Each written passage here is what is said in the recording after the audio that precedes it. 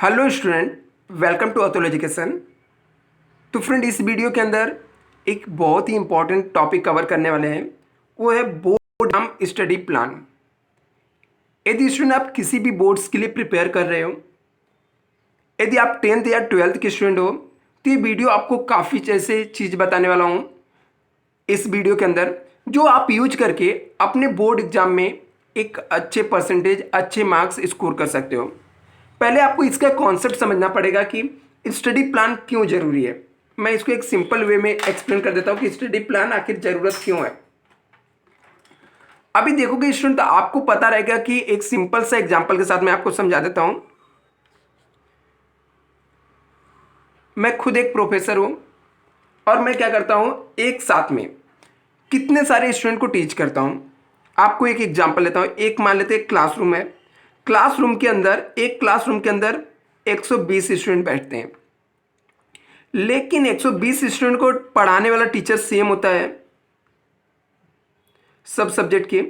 इसमें से सिर्फ ऐसे 5 to 6 स्टूडेंट होते हैं जो टॉपर बनते हैं।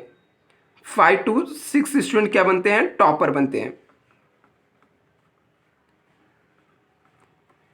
जो कि पढ़ाने वाला टीचर सेम है, सिलेबस सेम है, लेकिन सिर्फ 5 to 6 स्टूडेंट ही क्या बनते हैं? टॉपर बनते हैं। इसका मतलब ये होता है कि जो 5 to 6 स्टूडेंट हैं, ये बचे हुए बाकी स्टूडेंट से कुछ ना कुछ क्या करते हैं? अलग करते हैं।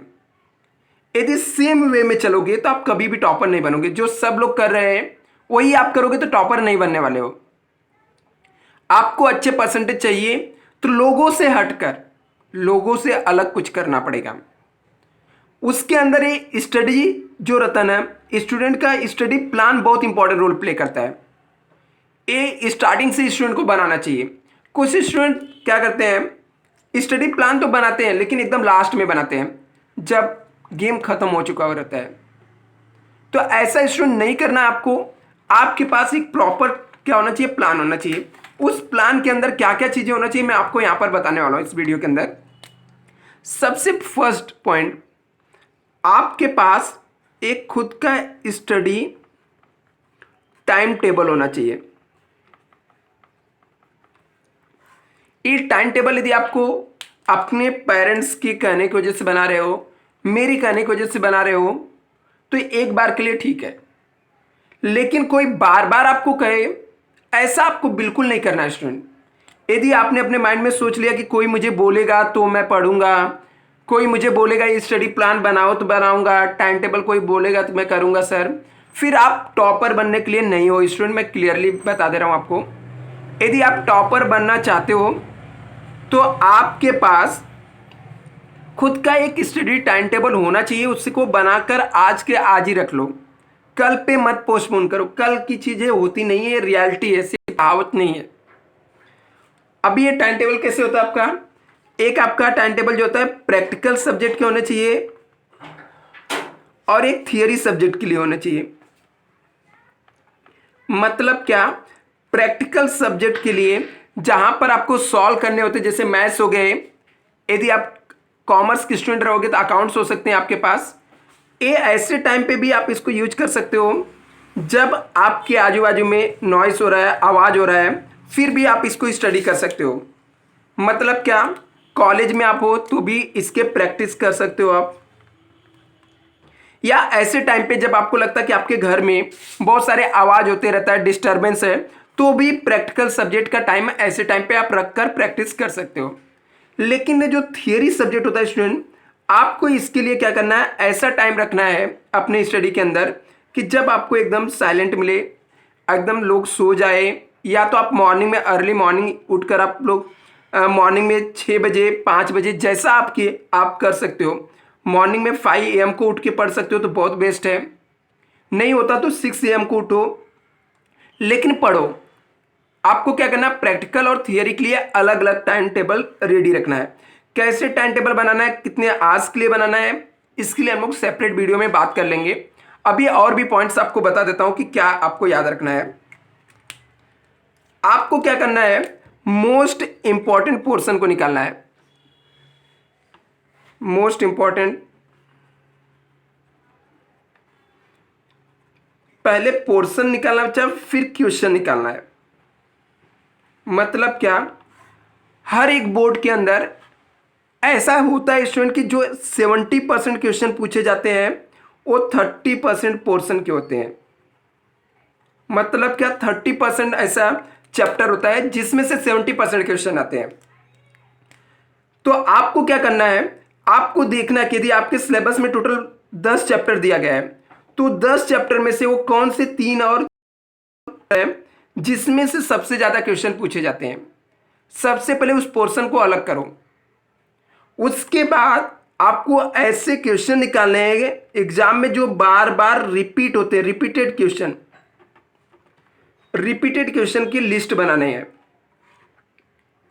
और पढ़ते समय याद रखना स्टूडेंट, जब भी आप स्टडी करने जाते हो, अंदर के मैटर को स्टडी करने से पहले उससे रिलेटेड जो क्वेश्चन रहते हैं वो पढ़ने का।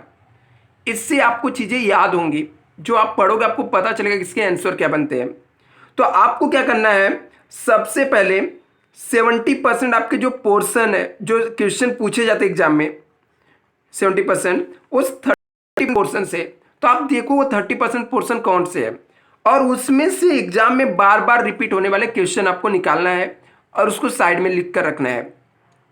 फिर आपको सबसे पहले इसी 30% के ऊपर फोकस करके आपको प्रिपेयर करना है। मतलब ये 30% पोर्शन को आप रेडी रखना है, 30% पोर्शन को आपको स्टडी करना है। सबसे पहले 70% जिसमें से क्वेश्चन पूछे जाते हैं, ए रेडी होने के बाद आपको दूसरे पे जाना है। दूसरे पे थर्ड पॉइंट, आपको रिवीजन करना है। आपने जो पढ़ा एक बार पढ़ के आज छोड़ोगे और आप सोचो कि 4 महीने बाद आपका एग्जाम में सब याद रहेगा, तो किसी को नहीं होता है। कितने भी टैलेंटेड स्टूडेंट रहते हैं, नहीं होता है। आपको क्या करना है, जो आपने 1 वीक में पढ़ा है, अभी वीक में टोटल 7 डे होता है, 7 डे में से जो भी आपने पढ़ा, आप ऐसा स्ट्रेटेजी बनाओ कि आप 5 डे स्टडी करोगे और आपको 2 डेज क्या करना है, रिवीजन के लिए रखना है। मतलब आपने 5 दिन में जो कुछ भी पढ़ा है उसको 2 दिन आपको सिर्फ क्या करना है, रिवीजन करना है। और ये स्ट्रेटेजी आपको कंटिन्यू फॉलो करना है, एक बार नहीं, एग्जाम तक हमेशा आपको करना है। आपने पूरा क्या, एक हफ्ते में 5 दिन आपने क्या स्टडी किया और 2 दिन रिवीजन, स्टडी रिवीजन पॉलिसी आपको क्या करना है, फॉलो करना है। इसके अलावा 4th पॉइंट, आपको क्या करना है, प्रीवियस ईयर्स के पेपर लेने हैं। लास्ट ईयर आप बोल सकते हो, लास्ट ईयर के पेपर लेने हैं। ये पेपर कितने साल के होने चाहिए, 5 ईयर्स के। और इस पेपर को आपको क्या करना है, सॉल्व करना है। सिर्फ सॉल्व नहीं करना है, solve with in the time करना है। मतलब टाइम को सेट करना है कि यदि 3 आवर्स का पेपर है तो आपका पेपर 3 आवर्स के अंदर क्या हो जाना चाहिए, कंप्लीट होना चाहिए। इसको 3 आवर्स के अंदर आपको पेपर को क्या करना है, कंप्लीट करना है। उसके बाद ये होने के बाद आपको फाइनली मॉड्यूल पेपर लिखना है और उसको प्रैक्टिस करना है। और आपको लिखने की प्रैक्टिस करना है। जब आप पेपर सॉल्व करोगे तो लिखने की प्रैक्टिस ऑटोमेटिक हो जाएगा। आप इतना स्ट्रेटजी फॉलो करोगे स्टूडेंट तो आपके बोर्ड एग्जाम अच्छे जाएंगे और आप एग्जाम में अच्छे मार्क्स ले सकते हो। Thank you so much.